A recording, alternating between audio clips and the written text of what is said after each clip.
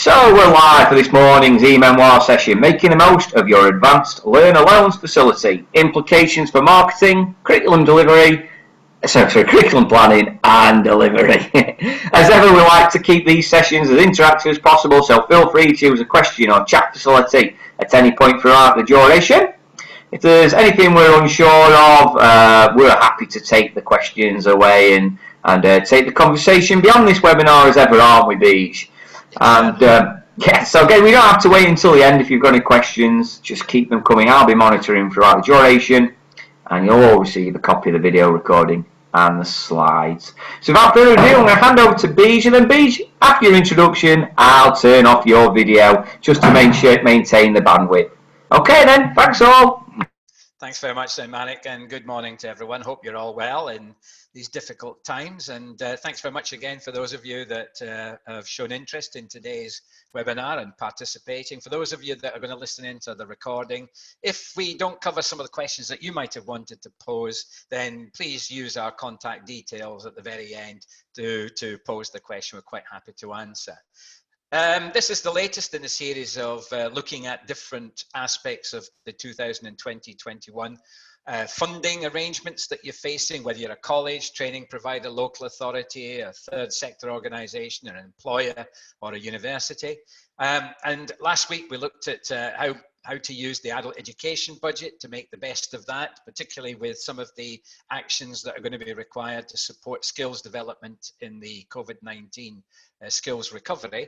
And I'll be relating a little bit of, obviously, to some of the business continuity issues that we've got, particularly in supporting loan-funded learners up until the end of last year, and of course now at the beginning of the new academic year, what we've been doing since September or before.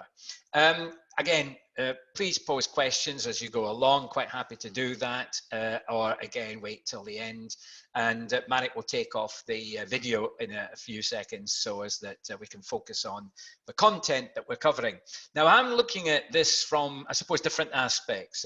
Those of you who don't know, I'm governor of a medium-sized college with quite a significant advanced learner loans facility. So I'll be reflecting that experience, but also the director of two private training companies, both of which make extensive use of advanced learner loans, as well as working with our partners who have been active in this market, particularly at level 3 and 4, less so at levels 5 and 6, although we do have partners who are working in the field of professional dance and drama, where there are some level 5 and 6 programs that are being funded by advanced learner loans. So what I just want to sort of, thanks very much. We got a couple of comments there already. Thank you for covering that. So just to remind you that advanced learner loans, and we're only operating here in England, and the technical point, by the way, is that the learner must be doing the learning in England to be eligible to be funded by an advanced learner loan. So just something to bear in mind. We're looking at obviously people who are 19 and over, and that's obviously a change that occurred from the previous loans arrangements, and also looking at a range of qualifications which have to be specified. Traditionally, this was done through a thing called the loans catalogue. It's now obviously through the hub, or LARS if you're using that, at levels 3, 4, 5 and 6. So this is excluding everything that's funded by loans that would be funded for HE programs. And of course, the important thing here is that the learner is paying a fee. So the calculation and the determination of a fee is a key aspect of looking at how best to make use of loan-funded provision and loan funds, because obviously you're charging a fee which is covering the entire cost of achieving the qualification. And that's something to bear in mind when you do set your fee levels. But the key thing here is it's a source of personal investment. The individual is investing in the learning at level 3 and above. And obviously this is about personal development. It's about getting some kind of personal and financial benefit from the study. And obviously, as well as the contribution that person might be made by being more skilled in terms of productivity and the impact on the economy. So it's actually quite important to say, well, could therefore advanced learner loans be a key aspect of the COVID-19 skills recovery if we're not looking at necessary programs for the unemployed, but other forms of funding that are going to encourage people to upskill themselves, or in many cases, if they're already qualified at those levels, reskilling. So something to bear in mind. And obviously this has got to be seen alongside other forms of funding such as apprenticeships, adult education budget, and of course full cost fees. So this is part of the government's sort of this idea of a shared responsibility, that individuals should take some responsibility for investing in their own skills, in their own learning, because they'll see the benefits, particularly at level 3 and above, in future earnings, etc. And that's something that we've rehearsed several times. Of course, the fee itself, if it's £3,000, or for example, if you're doing the diploma in advanced acting at level 6, that would be £22,185. That's obviously a significant barrier to a lot of adults. Therefore, this removes that barrier. And that, therefore, I suppose one of the arguments behind loans for those learners, originally it was going to be for learners obviously at 24 and over, but now for 19 and over, is that it removes an immediate barrier to them participating in higher levels of study. So, and the other thing to note, by the way, is that this obviously is their age on the first day of their learning aim, not what their age was necessary on August the 31st in the year in which they undertook the study, but obviously it's the first day of the learning aim, the first day that they attend the program, if they obviously can't attend it on the first meeting of that class. It is not means tested. So this is a key aspect, although there are implications, particularly when you're looking at the loans bursary fund, in learners that might be in receipt of other benefits, and obviously the relationship with DWP and what they might be able to get in terms of bursary support that doesn't conflict with what they're already receiving in benefits. But it's non-means tested, and the qualifications themselves have got to be approved. Something that some people maybe have forgotten about is that for a qualification to be eligible to be funded through an advanced learner loan, the awarding body has got to have stipulated that it is, and this has gone through certain size requirements, etc., as well obviously being relevant and appropriate qualifications to be loan funded. And the point that I made before is quite interesting, because we've had one or two issues, certainly talking to other providers, we've had the same, is that the loan is although it's a tuition fee, it has to include all those direct costs that are associated with the achievement of the learning aim. So for example, if you don't need to have, as a key part of the learning aim, visits, but want to run visits, then you can charge for that. Obviously, some learners might not be able to afford it, in which case the bursary fund is available for that. For example, if the learners require to have professional membership, you can actually charge for that, because obviously that might not be required for the qual, but might be required for practicing in that particular area. So things like residential costs, trips and visits, etc.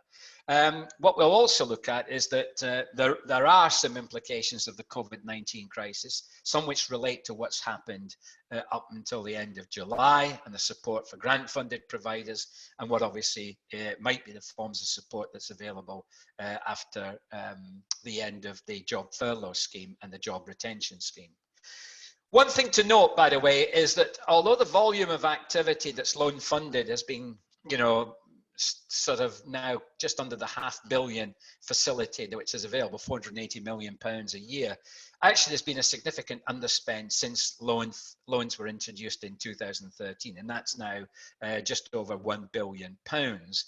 What obviously is also important to note is that originally you could have subcontracted the delivery of provision that's loan funded to other organisations. That stopped from August 2017, that's 3 years ago. That did, of course, have an initial impact in reducing the number of learners that were going to be able to be funded by loans. But generally, since 2016-17, there's been a fall in the number of loans that have been approved and taken up. And there's a table to show that, which I won't rehearse with you, but it just gives you the sort of sense of how it peaked, and since then it's fallen. What is interesting is the fall in demand has been from all age groups other than the 19 to 23 age group, who were obviously allowed to undertake loan funded provision and not just the 24 and over. So that change helped a little bit, but What is noticeable, and this is part of, I think, the how to make the most, is if disadvantaged communities are least likely to take out loans, what's the reason, what's the motivation, what barriers are there, what are the reluctances, and how can we overcome some of those reluctances is critical. Because remember, we want to indicate to the learner that the learning is critical first. So in other words, let's get them into learning, let's motivate them to learn, and then obviously how do we fund it? The loan is secondary here rather than the other way around. I think what's also noticeable is that from a low start, private providers, and I'm a director of 2 of those, we've increased significantly our share of the market, and it's up to 36% from a much lower base, but colleges still have the biggest share at 56%, although that's been diminishing. So what's been happening in the market that says that, for example, some training providers, private training providers, have had difficulties in being able to match the demand that they've got from learners with their actual loans facility. And you know, in 1 year, one of the companies that I'm associated with, we had 300 excess learners who were not eligible to be funded by loan because we'd exceeded our loans facility already. So that's a frustrating aspect of this market. One thing to note, and that was mostly about the level, is that over 90% of those learners that have had loans approved have been at level 3. So it's not been as successful at promoting some of the higher skill levels at 4 and above. And obviously that might be a lack of suitable provision or a lack of expertise on our part. But I think there is some pent-up demand there that we've got to look at. And of course, the sector has also been subject to caps on growth requests. That's no longer the case. You don't request any growth now. It's done on the basis of an analysis of your performance up to date through the what do you call it, the performance review points. But there was some feeling that too many loans were not being delivered effectively. A lot of loan funded provision led to learners not getting the provision of high quality, etc. So there were some caps introduced, and that also extended to some tougher entry requirements to get into the loans market. So that is borne out by the fact that although loans themselves, after peaking in numbers, have fallen, but that would be applied to all adult learners, AEB as well, and that's been quite noticeable. So there's the table that substantiate that. You can see that in 2018-19, the last full year reported, 77,000 applications, of which 68,000 were approved, and of the £480 million, less than half was actually awarded at just over 200 million. So here we've got an interesting situation. We've got a source of funding which could fund up to just under £500 million worth of activity, but only 200 million of it's being used. So why is the demand not there? Why are we not making the most of our loan facilities? Well, I think the other thing to note is obviously a lot of this has been affected by what's happened since the lockdown in March and the continuing problems that we've got with coronavirus. Well, to support grant-funded learners and providers, I know some of you listening in are FE colleges and local authorities who are grant-funded. There was an attempt in the 19-20 year, to going up to the end of July, to sustain you, particularly in terms of your adult education budget, as long as you continue to deliver the provision. But also for some of us, it's extended to obviously beyond that, 2020-21. It all depends on how the review of 19-20 goes and whether there will be any type of clawback, although there's been a lot of arguments against that. But for loan-funded learners, for the year 19-20, there was at least that guarantee that the student loans company would continue to make scheduled payments to all providers with a loans facility. But of course, you had to inform the student loans company if, for example, learners withdrew, if they had a break in learning, etc. So one of the key questions is that there were expectations that you would continue to be paid by the student loans company, but there were expectations. Now, those expectations are critical because they will obviously continue into this year if we have, for example, another significant lockdown which impacts on the people, on learners' ability to attend in person. So the expectations were that you would continue to provide support for those learners, and I suppose that the biggest change was the move to a greater proportion of learning by online, by remote methods. For example, we continue to support our level 3 and 4 beauty therapy and complementary therapy learners by taking almost all of the inputs that were going to be made face-to-face, putting them online with then one-to-one tutorial behind supporting it, as well as refresher and top-up sessions. The biggest problem we had, obviously, was the practical, which you would need for things like the level 3 award in instructing outdoor fitness. You need the outdoor, you need that practical experience. And obviously that's something we've had to pick up since we've reopened. But there were those expectations that learners would have their learning converted into another format. If some learners needed a break in learning, either because they were isolating, they were ill or whatever, then that break of learning would have to be clearly managed through your ILR, and obviously through the portal with the student loans company. Your funding would then obviously stop, but then start again when you extended the learners program. And we had to certainly extend a fair number of loan funded programs. So in terms of the flow of funds, it's quite important to understand that you as the provider are actually sat there with a relationship with two agencies. The student loans company, which is responsible for the loan payments for the programs to you, and they're doing this on behalf of the learners. So remember, the learner's taking out a loan with the student loan company, which is then paying you on that regular basis. And that is taking the place and representing the individual learner. The ESFA, its relationship to you is that it funds the loan bursary payments. And obviously, when you're being funded as a loan funded provider, either because you've been given an allocation, or you've been through a process of procurement, or you've applied for a loans facility for the first time, all of those things, to realize that those are the way the funds flow into you. And of course, that also creates the big issue about against the activity. Now, that activity that you're being funded for is not necessarily based on an academic year. What advanced learner loans have told us, very similar to AB, is that you've got to see the learner year as being not the same necessarily as a funding year. For example, on our beauty therapy courses, we have loan funded learners that start in June. Because that suits them, it fits with a lifestyle, and that means they might go from June right forward to January the following year, and they're funded through a loan for that purpose. So we have a much more flexible model of delivery for loan funded learners to reflect the fact that as fee payers, they have other pressures that might be patterns, lifestyle choices, family situations, work situations.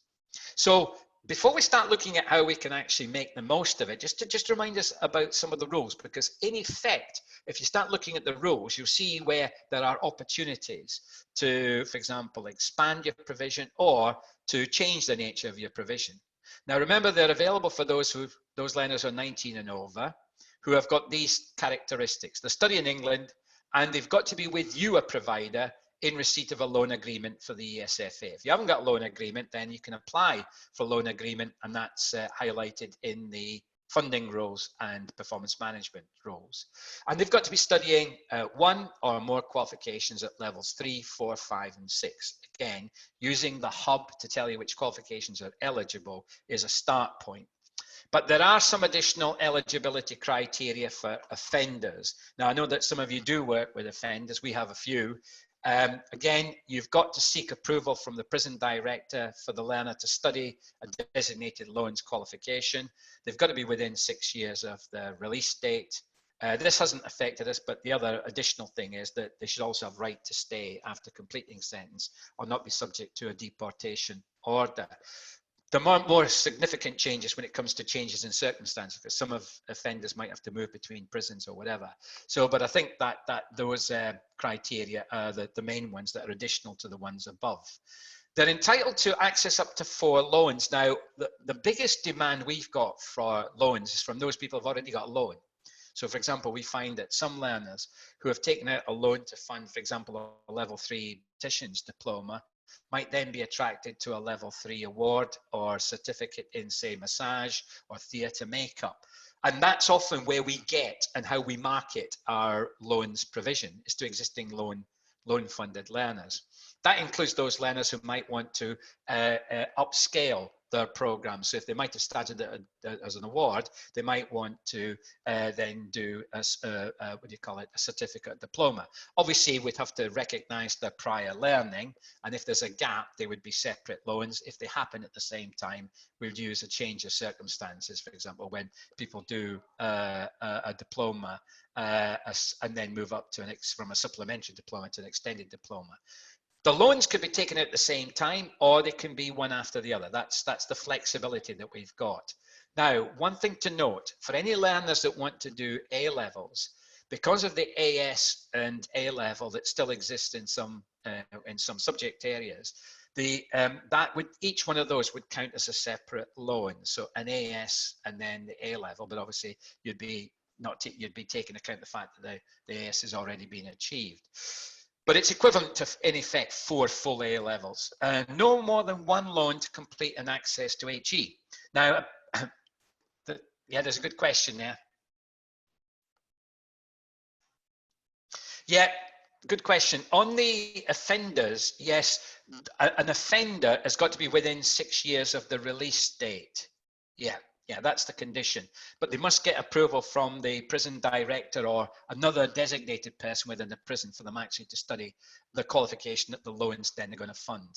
If they leave prison, obviously they will continue to be responsible for repaying the loan, but that might mean a change of circumstance if they move to a different part of the country and therefore might be with a different provider. So just be aware of that. Thank you for that. Not one more loan to complete access to HE. However, if I've used a loan to do an access to HE diploma, I could take out another loan to study maybe a level 4 qual or a level 5 qual, which are not HE, or I could take another loan to study another level 3 program, but I can only have one access to HE diploma. Now, the other confusion that we sometimes get is the relationship between 19 to 23-year-old entitlements in England. You know that there's an entitlement for full funding of any level 3 program. That's a full level 3, the equivalent of 2 A levels and or a vocational or technical qualification at the same size, which means you don't have to pay a fee if you're a 19 to 23-year-old and it's your first full level 3. Now, the important thing is, if you've got a learner who applies for a loan to take out, applies for a course, and then is thinking about using a loan to fund it, you should always bring it to their attention. Have you used up your first full level 3 entitlement? If not, we're telling you that that's available. So you can still study that access to HE diploma or that level 3 diploma in beauty, but it would be fully funded through the AEB, as long as you've got an AEB allocation or an AEB contract. Now, they cannot access a loan for the same qualification delivered at the same time. Now, for example, if they did take out a loan and then you found out that they were eligible, you would in effect have to, say, move them over to AEB and then repay any amount that you've received from the student loans company, if that's happening at the same time.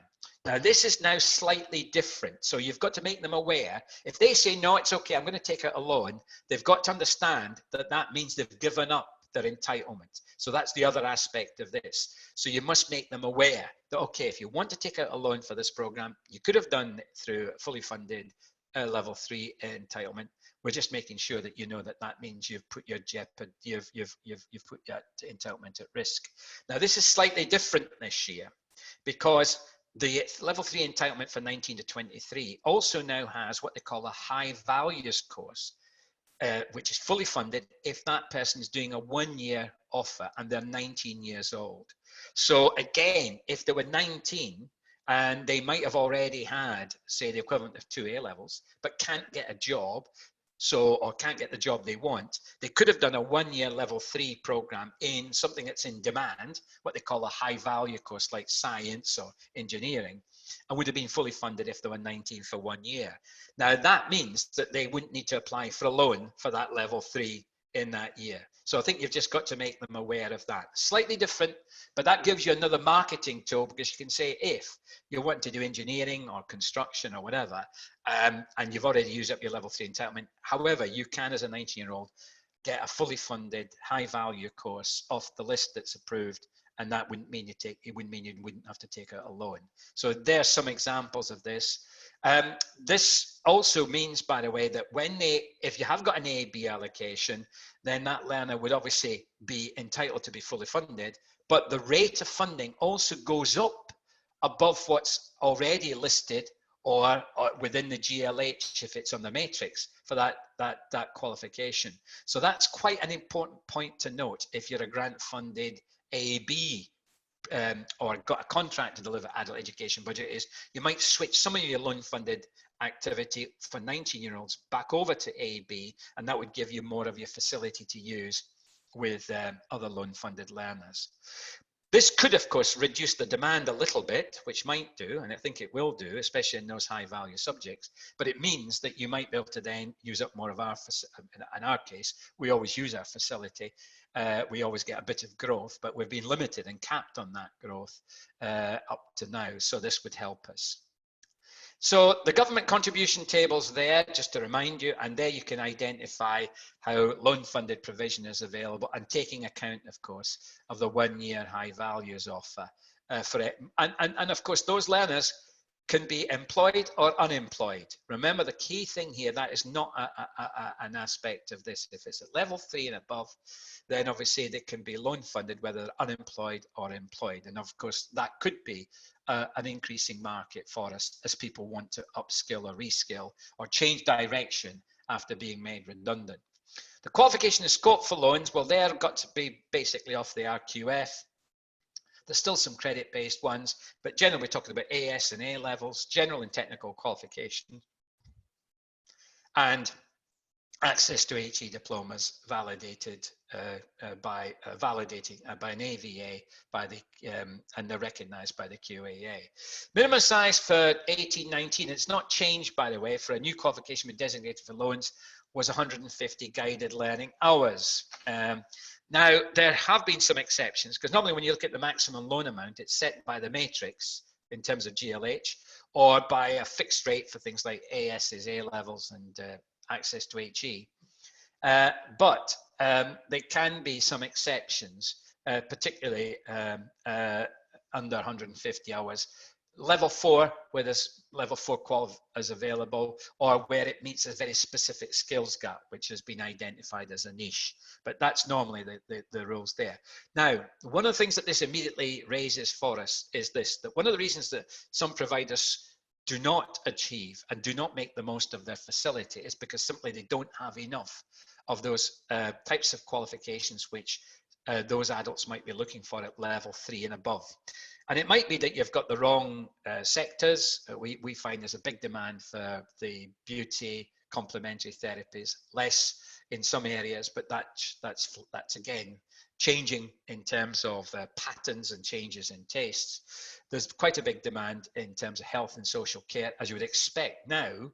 And one of the interesting things is, across all of the providers I'm involved in as a partner or as an officer, our demand for loan-funded provision has gone up since the beginning of this new academic year. So this could indicate that although there's a fear in some cases of taking on debt and credit, however, there are other people who are saying, well, I need to do this because I need to go into those sectors, or I need to reinforce my position in the market, or I need to think about self-employment. So I think the key thing there is it's a supply issue as well. If the demand for loans is less than it should be in your facility, have a look at why it might be a shortage of the appropriate provision at level 3, but it will certainly be in some cases at level 4 and above. We have a constant issue where people say, well, I've done my level 3, what can I do at level 4? And then in some cases, there isn't something available at level 4, it's not suitable, and they don't always want to go into management and leadership quals. So I think that's something to note. The other thing to note, obviously, is that the whole of the, and we'll go back, we'll pick up this as part of your marketing. It is important to remember that the learner must make the decision to take out the loan. You can issue them the funding letter, but essentially that's just to help them to make that decision. They have got to make the decision to apply for a loan, and but that's why the decision to learn is first, and then the decision to take out a loan is secondary.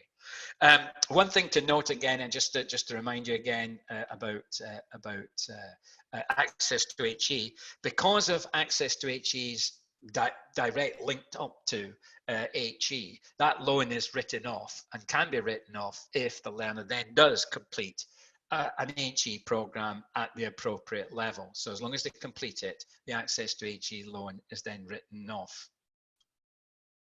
The other thing to note, by the way, here in terms of the, I'm just looking to see there's a question. Yeah, that they can only have one access to HE loan. So once they decide to do one access course, say access to nursing, access to health and social care, then that will be written off. They won't have to pay it back. Once obviously they get to the threshold, that's the 26,575, but that would then be written off if they proceeded to do, for example, a degree in nursing or a higher diploma. Yeah. So that's hopefully answered. Now, the other thing to note, by the way, is just a rule. When we come into the Loans Bursary Fund, the Loans Bursary Fund and the Adult Education Budget, there's no movement of funds between them. That we often get that question, I've still not used up all my learning support in the AB. Can I give some of that to loans funded learners? The answer is no. The only time you can is if a loans bursary, if a loans funded learner is also doing an AB funded program. So for example, if they were doing a level, if they're doing functional skills at level 2 funded by the AB and a level 3 diploma in funded by a loan, then you would be able to attach to the functional skills funded by AB some learning support funded by AB. That makes sense. Hopefully I've clarified that. The important thing is the loan and the maximum amount of loan is always linked to the funding rate in the learning aims section of the hub. Now, up to now, we've had a secondary source of information on that, the loans catalogue, but my understanding is that won't be reissued for this year, unless someone can tell me different. And remember, they must not be used to deliver any loan funded provision outside of England. Something just to remind yourselves of. The key thing here is there is no achievement element. When you come to the earnings methodology and how to make the most of your facility does, of course, importantly depend a lot on retention. There is no achievement element. So in effect, the student loans company is paying you each month. There will be a quarterly review of that because you have to make a return every 3 months. First one, I think, is just the 1st of November. Then in effect, that's how. So if a person is not retained, then from that point that they're not retained, from the point after they withdraw, that funding will stop. There is no achievement element, but of course, loans do come into your calculation of qualification achievement rates. So as I said, the payment stops at the point that the learner withdraws or they notify you that they're not going to return. So one of the things there is that if you've got an attractive offer, because access learners have got a reason sometimes to take out a loan to fund an access course, is they don't have to repay it if they progress, is what are you doing to increase your demand for access to HE courses? And have you thought about how in the coronavirus, post-COVID-19 skills recovery, access to HE courses could be quite an important jumping point to people doing higher level programs or moving into the sectors such as health and social care, medical sector, logistics sector, renewable energy sector. I think there'll be a significant increase in digital employment. So how can you use the access provision, the access to HE courses to actually activate those learners? So I think that's another question for you to look at, that access to HE could be quite an important stepping off point as part of this post-COVID-19 recovery. The other point to note about the eligibility of providers is that we always get a question is, well, we haven't got a loans facility. How can we get it? Well, first of all, you've got to retain it. So obviously you've got to complete any refreshes on the ROT, or particularly when you're asked to do so. But also there can be invitations to join to work in the sector. And obviously that the way to apply and to secure a new facility is contained within the guidance. However, there are key points there. You must not pay or engage a broker to recruit learners on your behalf. That's what some of you might have tried to do when subcontracting was terminated. But please do not do that. Try and avoid that. You've got to do the direct engagement with those learners. You might be working with a partner to do it, but it's you that's actually recruiting the learners, and they will be making that decision about whether to take on a loan directly in conversation with you. Now, the one thing about the fees, and this is part of the, it's an art, not a science, is, well, what level of fee do you set? Well, you must advise the learners of what the fee is and your charging policy before they apply for a loan. So you've got to tell them that. It should cover the tuition fee element of the provision, including any costs and charges for items without which the learner cannot complete. So if they can't complete the qualification without some tools or some books, that's got to be included in the tuition fee element. Yeah. And of course, the maximum for that is set by the matrix, which is in the guided learning hour, the matrix that's used for the AEB, which sets the, depending on the weighting, and the hours range for GLH determines the value. And for things like A-levels and the access courses, that's also set through fixed amounts, which are a matter of policy. But there's an expectation that the ESFA doesn't expect you to charge more than the maximum amount shown in the hub. That's an expectation, and that's the sort of a key thing. Now, we will show you some occasions when that might happen. As I said, providers can charge for extra activities not essential to learning. The minimum loan value is £300, so that's covering quite small awards. Usually awards, certificates, diplomas would be more than that. Now, one question I want to pose to you here is, what about a learner who progresses from subsidiary to an extended diploma in the same subject after a period of time? Now, clearly, if they've come on and taken out a loan for a subsidiary diploma and then wait maybe a year or so to do an extended diploma, it is a separate loan. So that's two loans. However, what is important there to note is, because it was after a period of time, you would still have to take account of the fact they've already achieved the subsidiary diploma, where obviously the learning is relevant and valid, and therefore only claim through the fee that you charge the difference between the extended diploma and the subsidiary diploma. So it's just something to note. But one other thing you got a question? Yeah, if the qualification requires them to be DBS checked, then that's got to be part of the fee. So you can't charge them extra for that. Okay, so if it's required to complete the qualification, then it's got to be included in the fee. You can't charge extra for that. If they're employed, then the expectation is that their employer would pay for the DBS check. Thank you for that. Yeah, good question. Thank you. So here's just a situation. It's one of our level 3 diplomas. We've got 3 situations. The LARS, or the hub, sets the fee at 2,882. We've decided to go in at 2,800 in case 1. Now, what might be the justification in case 1? Why might you charge less than the maximum amount of a loan is in case 1? And the answer? Why might you charge less than the maximum amount as in case 1? You could have charged 2,882, but why have you charged less? Got one answer? Yeah, because one of your competitors is charging that. And again, that's critical, because it is the fee that the loan is going to fund, and therefore your determination of the fee is quite critical. I would think most of us set our fees at the LARS level, or the maximum that's set in the matrix or in the other rates. But now it says it wouldn't expect us to have, but for example, situation 3 is quite interesting, although I've only seen it once. It's where the LARS maximum loan funded rate is 2,822. Remember, you cannot take out a loan more than the value, the maximum loan amount for that particular qualification. But the fee was 3,000. So the loan, which the learner would apply for, is 2,822. The contribution from the learner, which was an upfront payment, was 178. That's a separate contract between the provider and the learner. Now, that is a situation, I'm only aware of it once, and that's where there was a significant value added proposition being made by the provider, which the learners were actually being asked to pay a contribution to.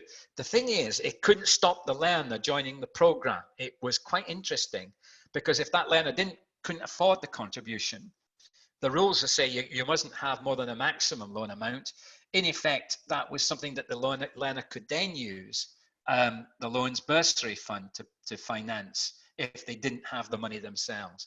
Remember, we've had, and I'm sure you have had, we've had full cost learners who have realized they could have taken out a loan, so they've applied for a loan retrospectively. See, you can only apply for a loan.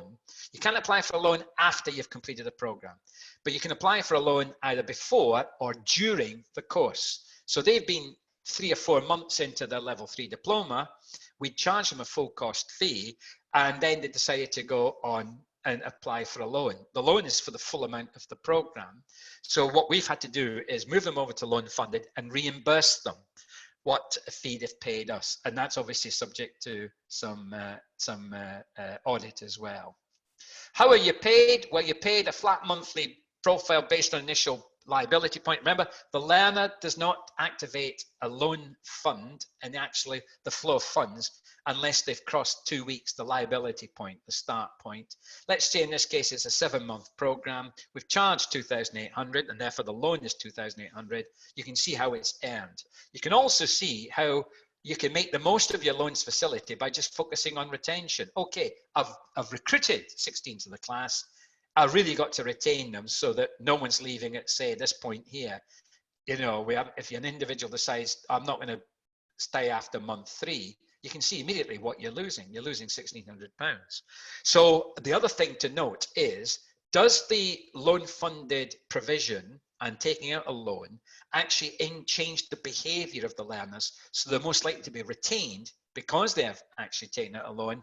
Or do you think they treat it the same way as someone else who might be fully funded and not worry too much about it? Remember, anyone who leaves will have to repay the loan that has already been used so far for their learning. And that's something to remind the learners of. So what would you do to improve retention on loan funded provision? If you've got any non-retention issues, what sort of activities might you be involved in?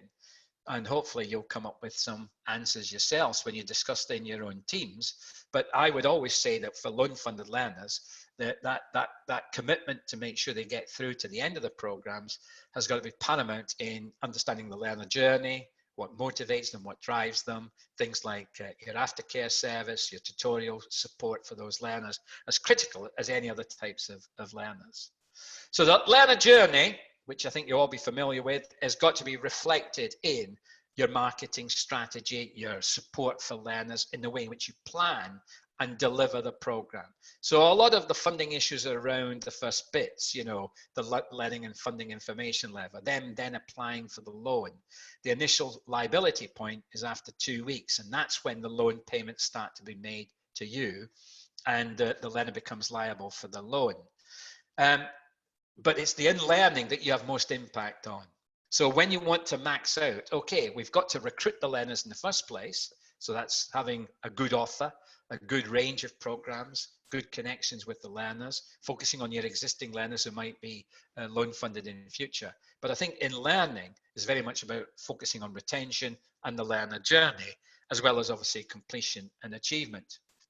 So the bursary fund, which is the last aspect of the loan funded rules, is there also because I think, again, providers who make good use of the Advanced Learner Loans Bursary Fund also improve they make the most of their facility, and we'll often find that by using this, it's either going to be attractive to the learner, or it's going to, in terms of recruitment, or it's going to be important in retention.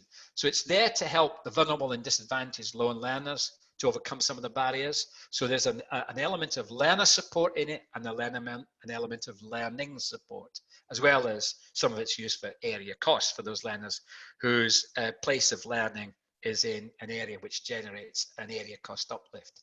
It is not an entitlement, so you've got to have clear criteria on how you're going to allocate it and distribute it. Particularly be careful about those people who might be unemployed or in receipt of other benefits. It covers a range of costs, not only in learning support, learning support if they're dyslexic or got problems with literacy and numeracy, but also learner support, including hardship, and childcare for those that are 20 and over. Don't forget, anyone who's less than 20, you've got to use a different source of funding for childcare. The 3 rates of support if you're not a grant-funded provider. So if you're contract funded for, or you've got a loans facility, the condition, a loans facility agreement, basically there are 3 rates of funding you can use in any month. £50, which is what you can claim through the ILR, which is low cost. Most likely it'll be a bit of hardship there. £150, which is usually they've got learning support, maybe plus a bit of something else. And then the highest rate will be £250 a month, where they might have residential or childcare needs, plus maybe a bit of learning support, plus a bit of hardship. Now, again, you can change that from month to month, because one month they might only need £50. Then you discover that they've got some childcare needs in the second month, and then you've moved that up to £250 and back again. If you're grant funded, such as a college or local authority, for learning support, it's always £150 per month that we can claim through the ILR. If any month your learning support costs come to more than £150, claim that through the earnings adjustment statement. Yeah, thanks for that. There's a question about that. Can I claim more than £150 if I'm grant funded? Yes, as long as you've got evidence of the spending. And get in touch with your MI manager and do that through the earnings adjustment statement. If, by the way, you're grant funded and the learner's got childcare cost needs, then you can claim the actual cost of childcare. But remember, this is all coming out of your the learner loans bursary fund. So you can't use AEB or other sources to subsidize that. Again, I've said that if you need more than the fixed monthly rates, then use the earnings adjustment statement. By the way, you can claim learner bursary funding if the learner still needs some support to complete their program, even though you've gone past the planned end date. So the loans money is stopped from the student loans company, but they're still not finished the program, and you can claim through the ILR. If you're looking at the bursary, by the way, if you're grant funded, it comes to you in 3 stages. 50% came in August. We know that 25% is coming in January and in April. And then you're paid every month if you're on contract or got a separate loans agreement. And remember, those funding claims are then subject to some detailed audit if they're required. But I think the key thing is to ask this question. How have you used the bursary fund? First of all, to attract learners. So say that, you know, I'm doubtful about whether I should do this level 3 program or level 3 program. Yeah, but if you've got any childcare needs, we can get the support for you. If you've got, you know, if you haven't got the money to pay for additional books and things like that, we can find the means to do that. Or if you've got an individual learning support need. I think the key thing is, we've really directed the loans bursary fund to those learners that are needed to be retained, and particularly where they had learning support needs. And by doing that early on, we've got better retention and therefore better achievement. So what's happened to demand? Well, as we said before, it fell quite significantly from a high point in 15-16. So there's been an issue. It's always been seen as a very high uncertainty rating in policy costings. The majority of learners have been at level 3, and it's been more popular amongst female learners. So here's an immediate question. If your ILR data shows you that you've been very successful at attracting female learners, what else can you do? What factors have you put out there that have made that the case? But what barriers have there been maybe for male learners or other learners that could have been attracted? It's more popular with the 24 to 40 age group, although 19 to 23 is. Well, why aren't you attracting the over 40s? What is it? What barriers are they finding? It's been very popular in some subjects, although that might change post-COVID. Why not in other subject areas? What have been the problems about acceptance of it and the availability of information? Do you provide enough additional information that's going to help direct them towards a loan? And there's always a negative perception, particularly now with post-COVID and people's anxiety about unemployment, fear of redundancy, fear of not getting the same income as they had, why would I want to take out a loan?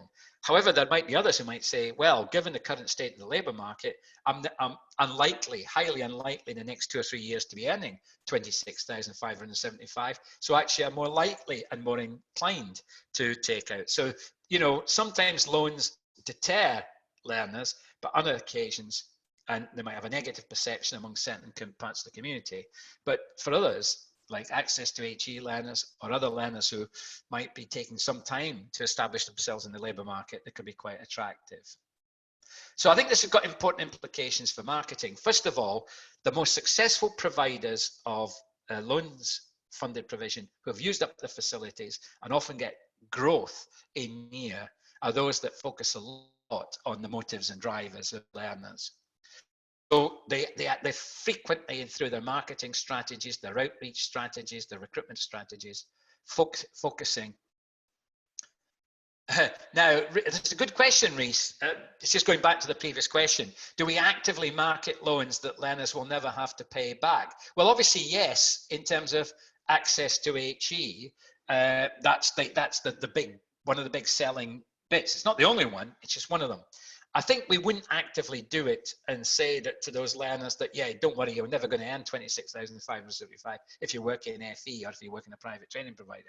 That would not necessarily be the case. But I think learners themselves, when you make them aware of the repayments threshold of 26,575, and you make them aware of the way it's going to work, £511 a week if you're weekly paid, the rate of interest, etc., then I think sometimes they will make that decision themselves. So I think that's an important point you've raised, Rhys. But the other thing I think is important is they won't do that unless, first of all, they make the decision to learn.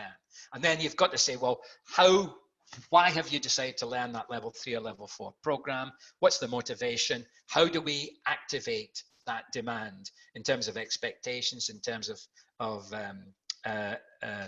higher expectations of myself in terms of personal development? We find with a lot of the people going into the fitness industry, it's that desire to set up themselves as private trainers and their own businesses. So that very often that loan, that level 3, level 4 program is what they choose first. And then how do I fund it? I can pay for it myself. Oh no, you can take out a loan. Okay, and then you get into that conversation. So I think that's very important for us. And so also to break down, as I said, recruitment and participation patterns by learner type. And what does the ILR tell you about the demographics? And if, for example, we find in some parts of Cheshire that if you say to the learners, right, okay, you've chosen to do that level 3 diploma, how would you like to pay for it? If you mention the loan to them, they'll often look at you and then go, yeah, that's wonderful. I'll just pay by my credit card. And we don't argue with that decision. But other learners will say, that's going to be a bit tough. Then you can say, well, start directing them towards the information about loans and then allow them to make that decision themselves. But there are some people that are more likely to take up that program, particularly when it's becoming a fashion issue, a taste issue, a personal development issue. So for example, have you targeted, I mean, these were two areas that we found where there was significant demand. How have you targeted females aged 24 to 40 in London and North West?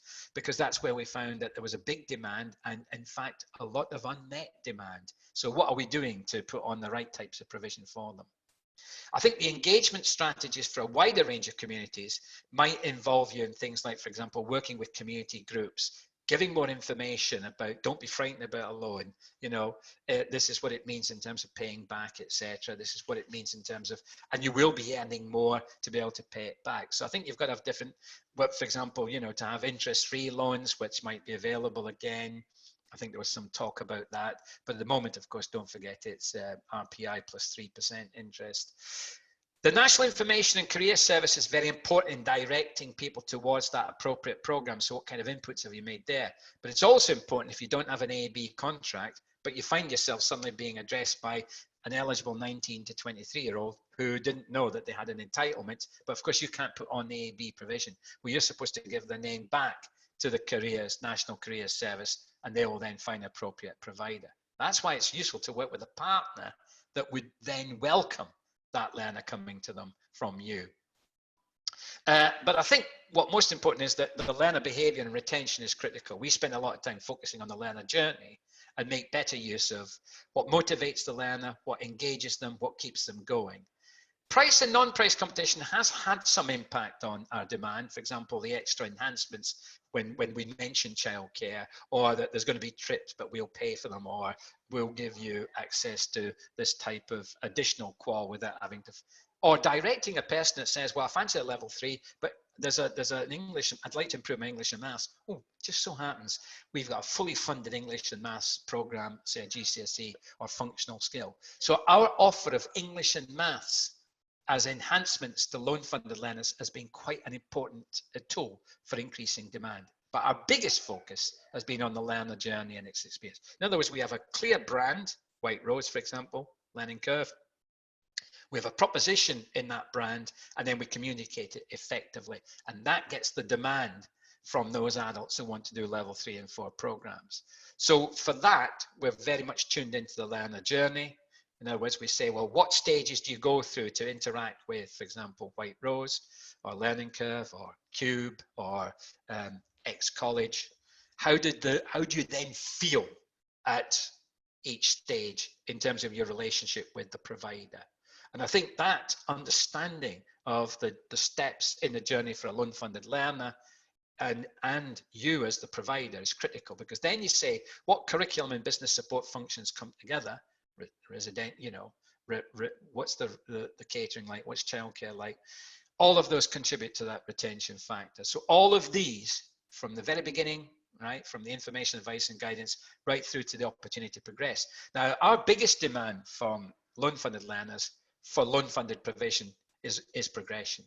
I've done this level 3, can I do another level 3? I've done this level 3, can I now do an apprenticeship and therefore access funding through another source? Or can I progress to a level 4 or a 5 funded through a loan? So I think the top tip for making the most of your loans facility is understand the rules, understand the nature of loan funded provision and the rules that relate to loans, but also understand the market better. And you always have to use the terms that the market, that your learners use. So that what we do is constantly, through every one of our loan funded learners has got a personal tutor, and some will only have maybe an hour. Certainly over COVID, over the lockdown, the role of our personal tutors in terms of the one-to-one contact they had with learners was critical, because it led to very high levels of attendance. Over COVID, attendance at our webinars and at one-to-ones was over 87%. Very few non-retention, a couple of breaks in learning, but in terms of people withdrawing, very small. We're talking about handfuls compared to 300 or 400 adults in that provision. But what was important was they felt all the way through a very positive feeling about the relationship with us. And that is just a sort of little curve that shows you that sometimes people have negative feelings about the relationship. Your job is really to make sure that curve is leveled off, and it's always a positive impact, or even if it's neutral, make sure that it doesn't ever dip into something that's negative. And that could have happened during COVID if the learners were left by themselves, felt stranded, or were struggling with online learning. What were you offering as an alternative? How were you supporting those who might have been left behind? And what have you been doing since to re-engage in terms of the reopening, etc.? So often do you check how your fee-paying learners feel about their course? And we try and do that on a weekly basis with samples of our learners, just to make sure that for that 3,500, just imagine if they were paying 22,185, how are you checking on, that they are getting value for money? So these are the key questions that I want you to sort of go away with. How many adult learners at level 3 and above are likely to take up loans in your area? Have you got some sense of the demographics in your area and the penetration rates, particularly on provision that's A/B funded or by other providers? What are the advantages? Have you sold the advantages of the loans over other means of payment? And what are the motivations? Is it personal development? Is it career development? Is it setting up their own business? Find that out, because there are significant benefits. If you talk about the benefits in terms of, look at the case studies of these people that took out loans and are now running their own PT company or their own health and social care business or whatever, or they've progressed to HE or whatever. And of course, it can be used to fund continuing professional development, which is not funded through apprenticeships or through full cost. So I think that's an important thing. And of course, always share internally what's worked for you, particularly in some areas, what's worked for you, particularly in terms of retention. We use, in terms of our key LMI, we use anything that interrogates the ILR. So we use MC, we use Vector. I've not come across NOMIS, but we also use all the data that we get from our local labour market intelligence from the LEP and through the Mayor Combined Authority. But MC and Vector are ones that we've certainly used. Good points there. And that's given us a lot of information about, there's also information now coming out about which sectors are likely to see NOMIS is free public data. Thanks very much for just confirming that. So NOMIS, N-O-M-I-S, it's free public data. Thanks for Reese, that's a useful contribution there. Thank you. What's worked for you? And I think, again, having that relationship with other providers, professional networks, as well as the LEP has been critical. And of course, we're linking that now to what we're seeing as significant changes. I mean, for example, do you know what the likely increase in demand is going to be for level 3 and above skills in the renewable energy sector? Have you looked at the trend analysis that's coming out there from the GOW, which I forgot what that stands for.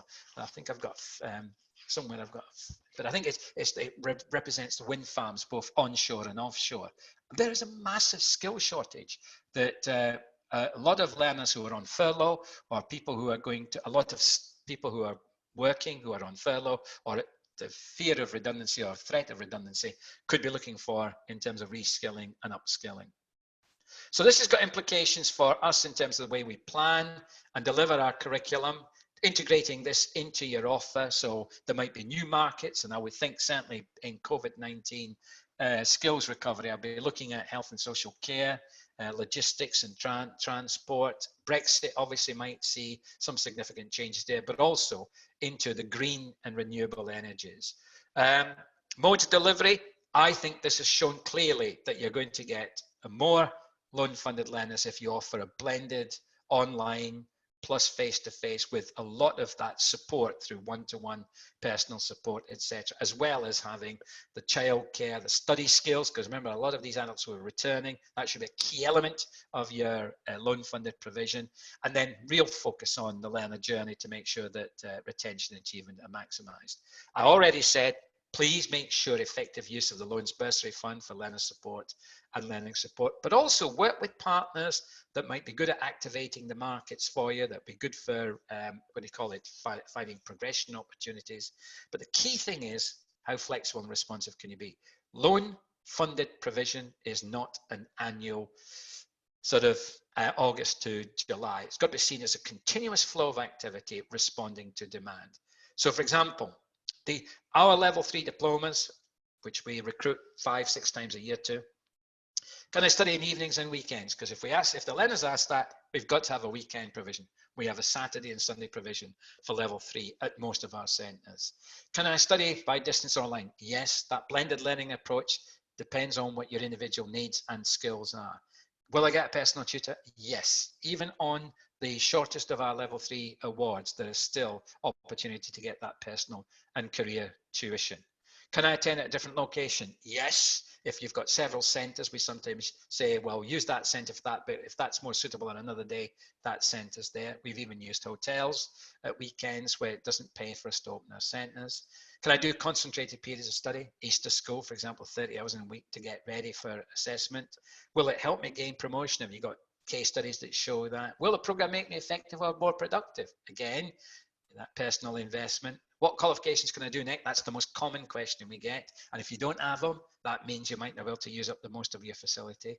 And can you help me progress into further career advice, knowing where to direct and signpost our learners? So you can see there that the last question we often get is, I've done my level 3 with you, I've done my teacher's qualifications, can I now work with you? And I think that's quite an important level and statement of commitment to you.